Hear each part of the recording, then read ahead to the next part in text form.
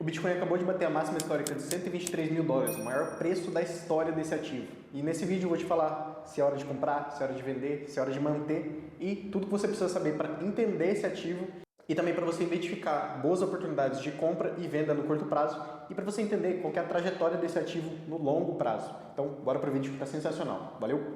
Primeiramente, você tem que entender o problema da moeda estatal. Qual que é o problema?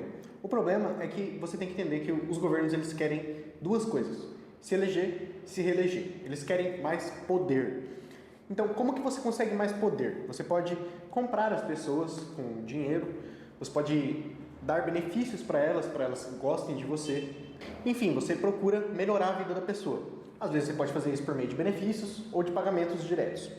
Só que os governos perceberam que, se eles são os donos da máquina de imprimir a moeda, eles conseguem se beneficiar de uma coisa chamada efeito Cantillon.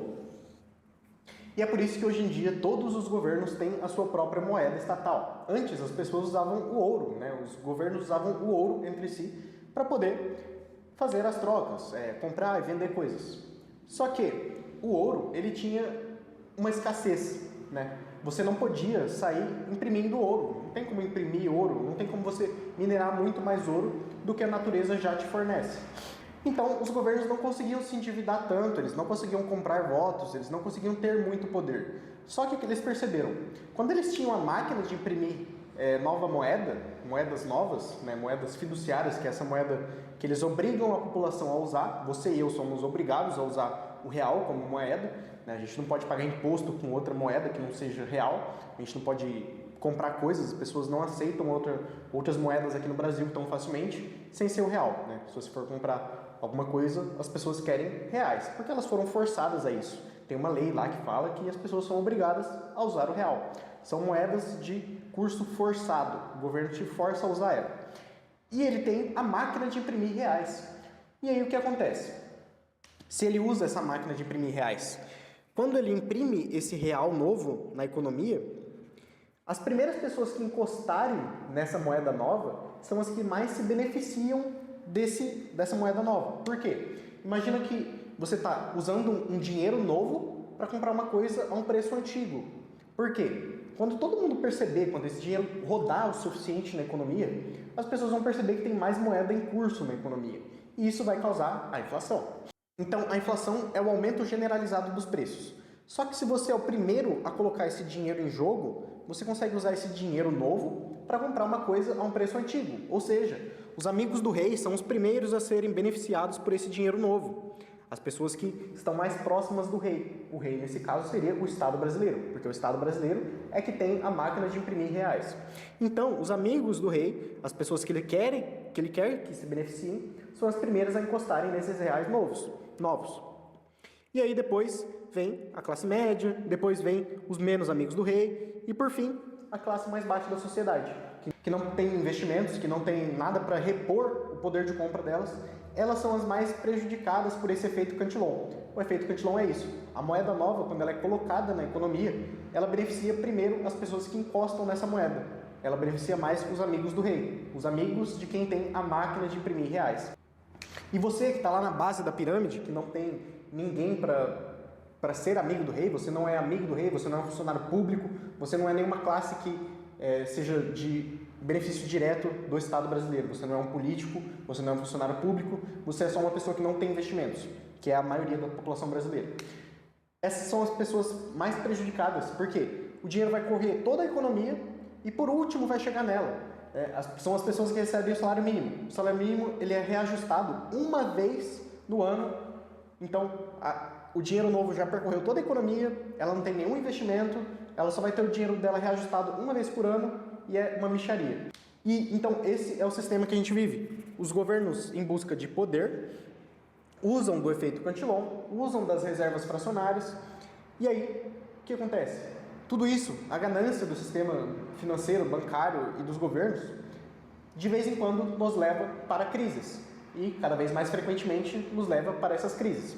As crises de 1989, as crises de 2008, crise de 1999. Então, o que aconteceu na crise de 2008, por exemplo? A grande crise imobiliária. que os bancos ficaram inflacionando o sistema imobiliário dos Estados Unidos, e isso causou um efeito cascata gigantesco que espalhou pelo mundo inteiro. Crise de crédito. Os bancos emprestando mais do que eles tinham. E aí os governos, você acha que eles resgataram as pessoas que se prejudicaram com isso? Não, eles só resgataram os bancos. Então o governo imprimiu dinheiro novo para resgatar os bancos, para não ter mais crise de crédito e não paralisar de vez a economia. E eu não estou dizendo se isso é errado ou se isso é certo. Eu estou dizendo que você precisa de alguma coisa que te proteja desse sistema, que não faça você ser uma vítima do efeito Cantillon. Porque pensa comigo, você escolheu usar o real ou o dólar? Você escolheu usar isso? Porque o Bitcoin, desde que ele foi criado lá, desde 2008, ele não tinha nenhum valor de mercado, ele não tinha valor, porque ninguém queria naquele momento, quando ele foi criado. Todas as pessoas que compraram Bitcoin, que venderam dólares, venderam reais, venderam o euro delas para comprar essa moeda nova, todas elas quiseram fazer isso. Todas elas foram de livre e espontânea vontade. Ninguém foi obrigado a comprar esse ativo. E hoje em dia, o Bitcoin, nessa máxima histórica de 123 mil dólares, ele já tem mais preço, já tem mais valor de mercado do que o PIB brasileiro. Ele já é um dos ativos mais valiosos do mundo. E tudo isso com o livre mercado, com as pessoas que foram de livre e espontânea vontade que compraram essa tese. Então o Bitcoin vem justamente para quebrar essa tese desse problema da moeda estatal, para quebrar o efeito Cantillon, para quebrar essas crises sistêmicas de bancos e para acabar com essa sede de poder que os governos e os bancos se beneficiam prejudicando as pessoas mais pobres da sociedade. E aí, voltando um pouco na história, temos as fraudes bancárias. Por quê? Os bancos, eles perceberam, quando as pessoas iam lá e depositavam o dinheiro delas, no começo eles deixavam lá no cofre guardado. Aí quando a pessoa vinha resgatar, ele dava para a pessoa. E aí ele ficava com aquele dinheiro lá rendendo um pouquinho. Só que os bancos perceberam que as pessoas não iam lá com frequência resgatar esse dinheiro. Tem muita gente que deixa o dinheiro parado na conta bancária. E antes isso era muito mais comum, porque os bancos eles eram praticamente cofres. Você pagava uma taxinha lá para o banco guardar o seu dinheiro com segurança, para você não precisar ficar guardando o seu ouro em casa. Você ia lá, depositava no banco e usava o ouro quando era conveniente. Quando você precisava comprar uma casa, você ia lá, resgatava o seu dinheiro e comprava a casa.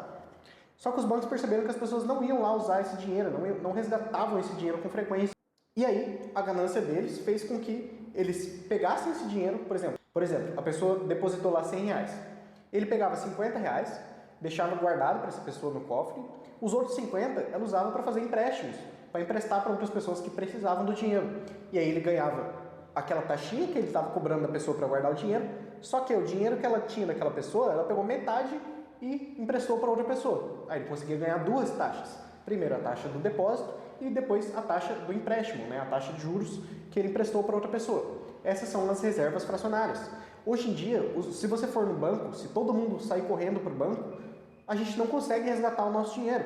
Primeiro porque existem regras hoje em dia que não deixam você sacar todo o seu dinheiro de uma vez, se for uma quantia muito grande. E segundo que os bancos não têm essa reserva, não tem todo o dinheiro que você tem no banco. Se todo mundo for resgatar, eles não têm esse dinheiro todo para dar para as pessoas. Porque eles fizeram diversos empréstimos, diversos compromissos de pagar outras pessoas, de emprestar o dinheiro para outras pessoas. O seu dinheiro que você depositou lá não é seu, você se torna um credor do banco. O banco te deve aquela quantia, mas quando você deposita lá, você deu o seu dinheiro para o banco. O banco agora é o seu devedor, você é credor do banco. O banco está te devendo uma quantia. Ele pode fazer o que ele quiser com o seu dinheiro. E geralmente ele usa para fazer outros empréstimos. Essas são as reservas fracionárias. E a gente tem a corrida bancária. Por quê? Quando as pessoas perceberam que esse sistema estava acontecendo, que elas perceberam que não tinha dinheiro para todo mundo no banco, elas saíam correndo para o banco. Ou quando começava alguma crise. Falavam, pô, tá dando merda, vamos resgatar o nosso dinheiro que o banco está fazendo merda. Aí todo mundo corria para os bancos, mas só quem chegava lá primeiro conseguia resgatar o dinheiro delas. As pessoas que chegavam por último, os desavisados, os que estavam dormindo, os que não estavam sabendo dessa história, os menos informados, mais uma vez, provavelmente a população mais pobre, que estava trabalhando, que não tinha tempo para ir lá correr no banco, que estava menos informada, mais longe dessas notícias, elas ficavam sem dinheiro. Ou seja, as corridas bancárias, mais uma vez, deixavam as pessoas mais pobres mais prejudicadas. As reservas fracionárias, as corridas bancárias e, por último, os resgates aos bancos. Porque, como eu disse, por exemplo, na crise de 2008 e diversas outras que já aconteceram, os bancos são resgatados. Por quê? Se eles quebram, começa um efeito em cascata na sociedade, que hoje em dia a nossa sociedade ela é baseada no crédito, ou seja, baseada em empréstimos. Todo mundo está endividado, o Brasil está endividado, os Estados Unidos está endividado, e não só os governos estão endividados, os bancos estão endividados, as empresas, as famílias, todo mundo hoje em dia está endividado. Todo mundo tem dívidas. Ou seja, se o governo deixa esse banco quebrar, que já fez milhares e milhões de empréstimos, essa crise não tem como saber para onde ela vai se espalhar, porque esse sistema está muito complexo, está muito interligado. Se ele deixa um banco falir, e aí ele não paga esse, aí o Itaú não paga o Bradesco, aí o Bradesco não vai conseguir pagar o Santander, e no fundo todo mundo faliu. Ou seja, tem muita dívida nesse sistema, e é o sistema que está todo quebrado, que é feito em cima de dívidas, que você já ficou muito complexo esse sistema. E aí você tem os resgates aos bancos, e as pessoas que emprestaram dinheiro, o cidadão fica lascado, enquanto o banco vai ser resgatado pelos governos, como já aconteceu milhares de vezes. E aí, no meio de uma das maiores crises que já existiram no mercado imobiliário, no mercado financeiro, a crise de 2008, surge o Bitcoin. E aí, lá nos fóruns da internet, na crise de 2008, surge um programador com o nome, sobre o pseudônimo de Satoshi Nakamoto, que ele cria uma moeda peer-to-peer, uma moeda livre de intermediários, livre de bancos, no caso, porque não tem nenhum intermediário financeiro. As pessoas voltariam a ter a soberania individual. Você poderia voltar a fazer negócios com outra pessoa em qualquer lugar do mundo digitalmente, sem ter uma pessoa intermediando essa negociação. Você poderia vender, trocar, comprar, sem ter uma pessoa no meio dessa intermediação. Então as pessoas voltariam a ter a soberania. As pessoas seriam o próprio banco. Você seria o seu próprio banco. Quando você compra Bitcoin e guarda da maneira certa, da maneira correta, que é fazendo autocustódia, você é o seu próprio banco. Você não vai delegar isso para ninguém. Você não vai delegar a custódia do seu dinheiro, porque antes as pessoas faziam isso. Elas guardavam o ouro na casa delas, escondiam, colocavam, enterravam, colocavam em algum lugar. E elas eram as responsáveis pela segurança do dinheiro delas. Não dependiam de bancos. Porque quando você coloca o seu dinheiro no banco, o banco vai lá, faz uma reserva fracionária, empresta o seu dinheiro para outras pessoas, você não sabe se o seu dinheiro está de fato ali. E o Bitcoin, por isso que a gente diz que ele é antibanco. O Bitcoin, todo o sistema dele ele é transparente, você consegue entrar lá, ver todas as negociações, todas que já foram feitas desde 2008, você consegue entrar lá e ver na blockchain. A blockchain é um bloco que fica registrado todas as transações. E aí tem a linha do tempo, o histórico de cada moeda que já foi feita, já foi criada, já foi minerada, né? Você tem o histórico das transações de todas elas na blockchain. Todo mundo consegue acessar. E vai tentar acessar o histórico de todas as transações que já foram feitas no sistema tradicional. Não existe isso. Por isso que a gente diz que o Bitcoin ele é uma moeda anti-governo também. Anti-governo e anti-banco. Não tem ninguém por trás dele. Se você perdeu seus Bitcoins, né, por falha na segurança sua, porque o Bitcoin nunca foi hackeado, ninguém nunca quebrou uma chave por meio de hack.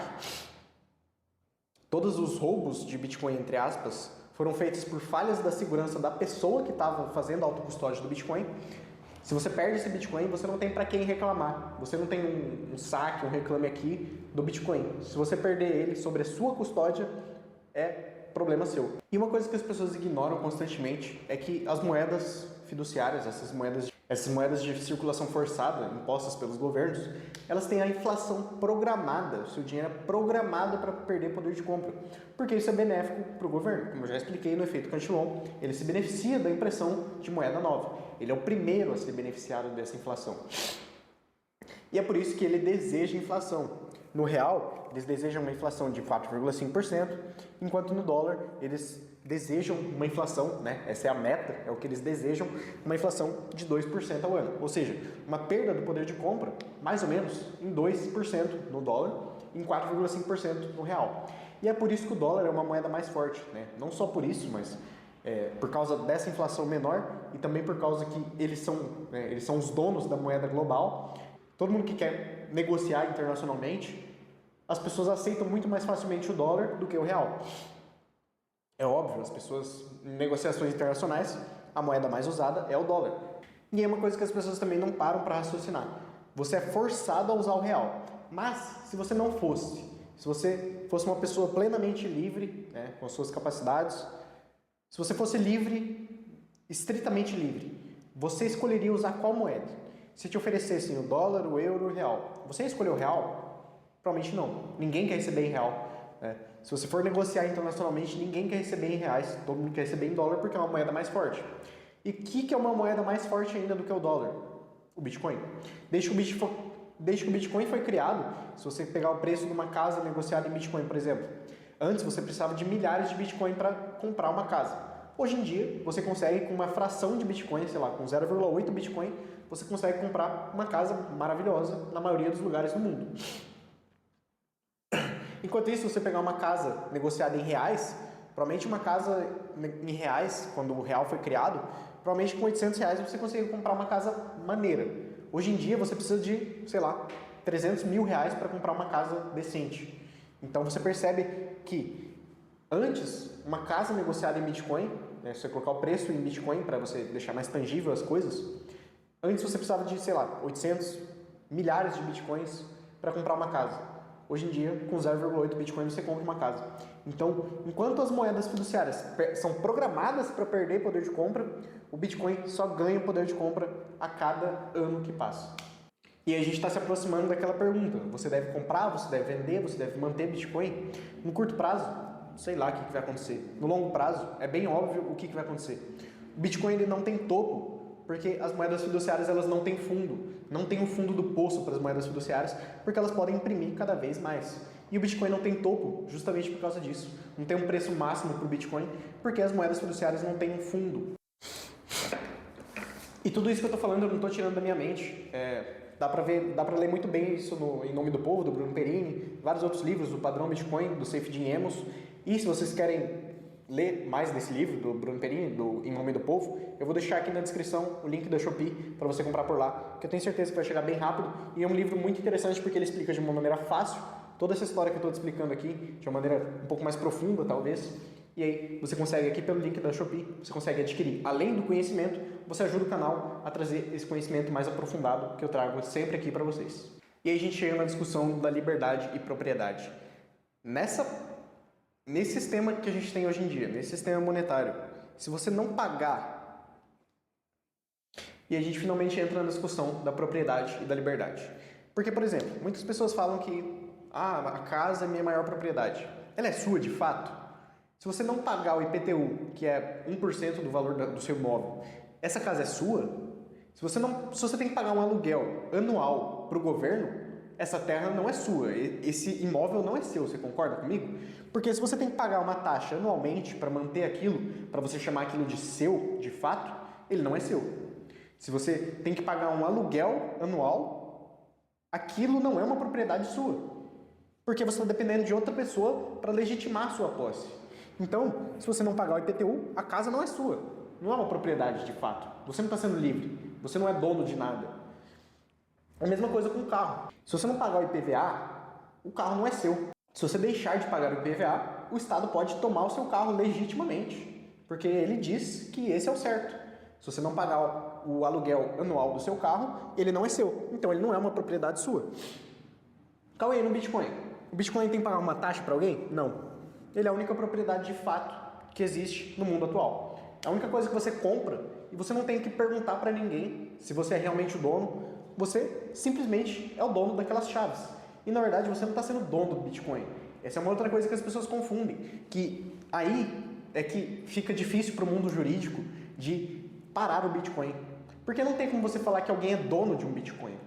Porque na verdade, quando você compra o seu Bitcoin, você transfere para sua carteira e você recebe lá a sua chave privada, você não é dono daquele Bitcoin.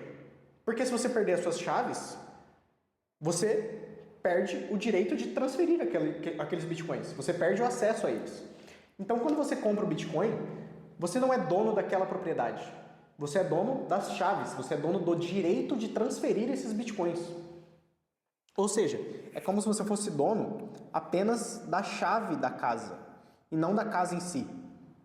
E é por isso que não tem como você pagar aluguel, você não tem como pagar imposto de um Bitcoin, porque você não é dono dele.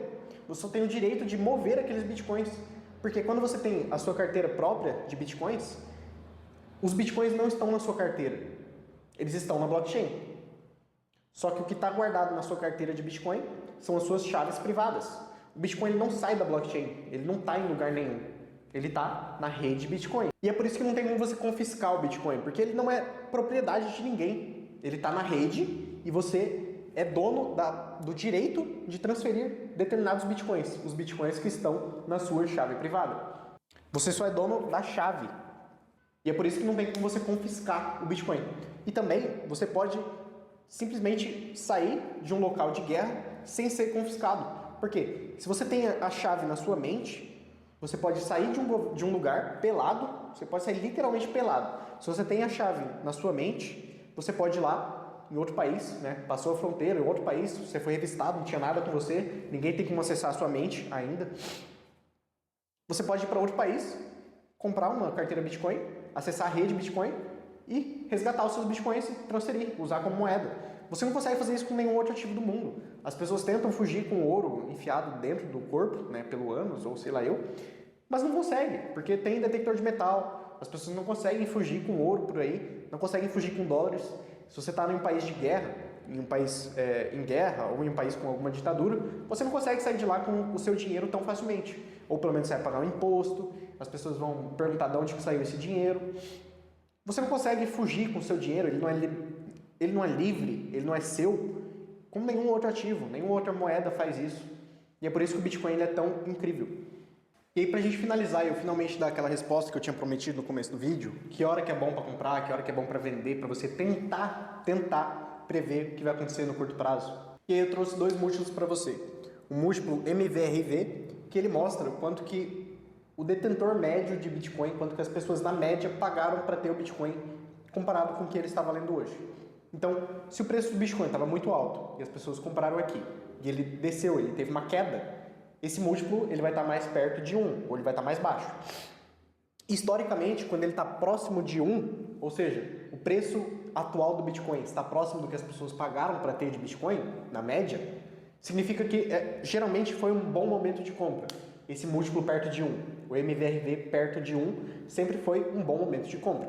E aí quando o Bitcoin sobe demais, quando as pessoas estão com 2x de lucro em cima do preço médio que elas pagaram, ou seja, as pessoas praticamente dobraram ou triplicaram o investimento delas, quando esse múltiplo está mais perto de 3, costuma ser um topo de ciclo, um topo de mercado. Eu não estou falando para você que isso vai se repetir sempre, eu estou falando que historicamente, no curto prazo, esses foram bons indicadores de compra e de venda.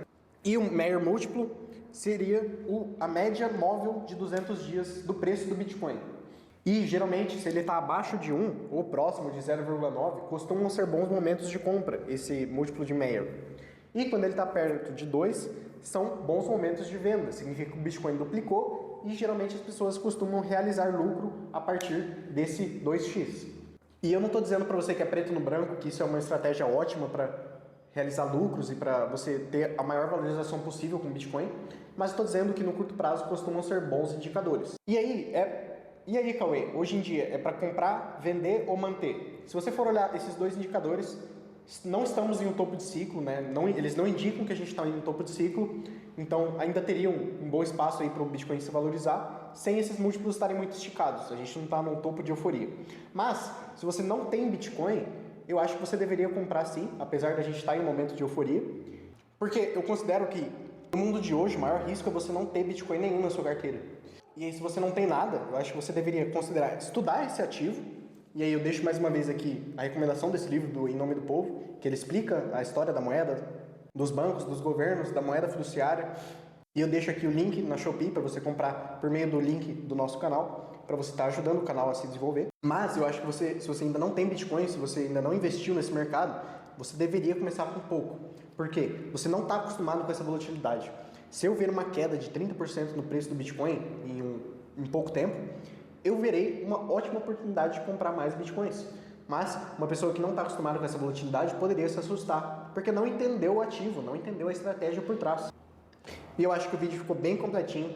Se você quiser entender mais sobre Bitcoin, sobre essa história das moedas, quais que já existiram, o que são, né, com mais profundidade, o efeito Cantillon, as reservas fracionárias, eu vou deixar aqui esse vídeo que eu falo especificamente sobre Bitcoin, e aí eu falo mais sobre a história do Bitcoin, sobre mais fundamentos dele, mais aprofundado, para você entender melhor o que é o Bitcoin, essa estratégia, o que ele se propõe a fazer, beleza?